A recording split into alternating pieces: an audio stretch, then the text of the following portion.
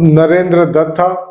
नरेंद्र दत्त से ये स्वामी विवेकानंद कैसे बने? अमेरिका के शिकागो शहर में एक धर्म संसद बुलाई गई। धर्म संसद में सारे देशों के प्रतिनिधियों को बुलाया गया।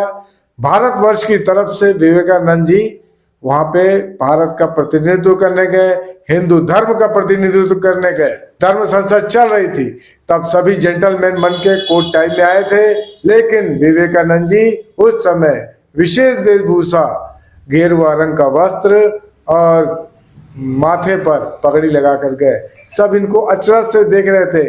ये सब सोच रहे थे कि ये सपेरों का देश का आदमी क्या बोलेगा।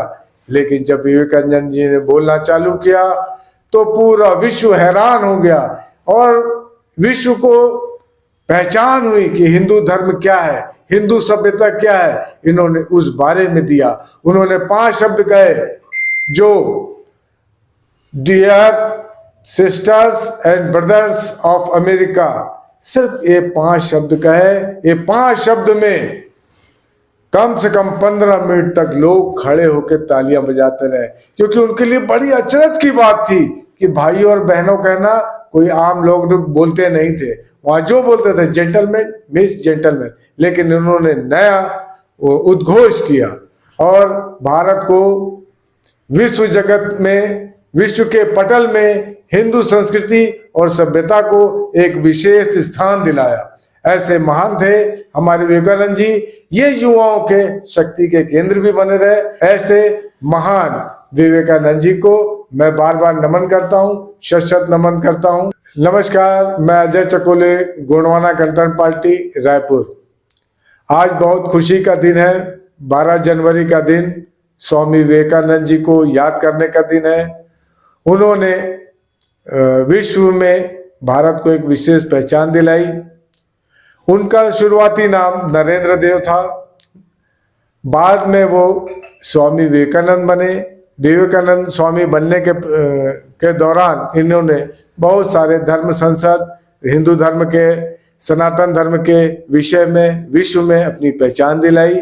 शिकागो में धर्म संसद बैठक बुलाई गई, जहां पे तमाम विश्व के धर्म गुरुओं को बुलाया गया। उसमें स्वामी विवेकानंद जी को भारतवर्ष की प्रतिनिधित्व करने का मौका मिला और ये वहां पर गए।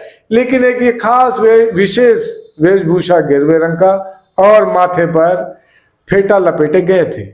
सब लोग देख के सोच रहे थे कि ये लाठी टेके हुए सपेरों को देश का किस तरीके का कपड़े पहन के आया हुआ, ये क्या धर्म संसद में भाग लेगा। लेकिन जब स्वामी विवेकानंद जी ने बोलना चालू किया और उन्होंने मात्र 5 शब्द कहे, sisters and brothers of America, वो एक अचरज बड़ा संबोधन था। उसमें सारे अमेरिकन 15 मिनट तक ताली बजाते रहे, क्योंकि वो संबोधन किसी ने किया ही नहीं था। सभी जेंटलमैन जेंटलमैन कहते थे।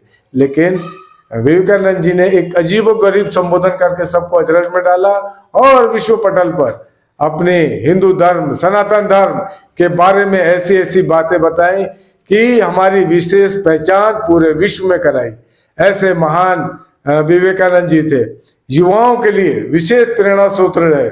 युवा इनसे बहुत कुछ प्रेरणा लेते हैं कि कैसे हमको आगे बढ़ना है, किस तरीके से अपना भाषण देना है, किस तरीके से अपनी बातों को दूसरों को समझाना है। इस तरीके की बातें करने लगे। एक और चीज है 9/11 9/11 9/11 सुनते ही हमारे दिमाग में एक चीज याद आती है, 2 बड़े बड़े टावर जिसमें विमान आता है और उस टावर के बीच में घुस जाता है। हजारों चीखे, आवाज, चिल्लाहटें, मृत्यु, ये हमको याद आता है।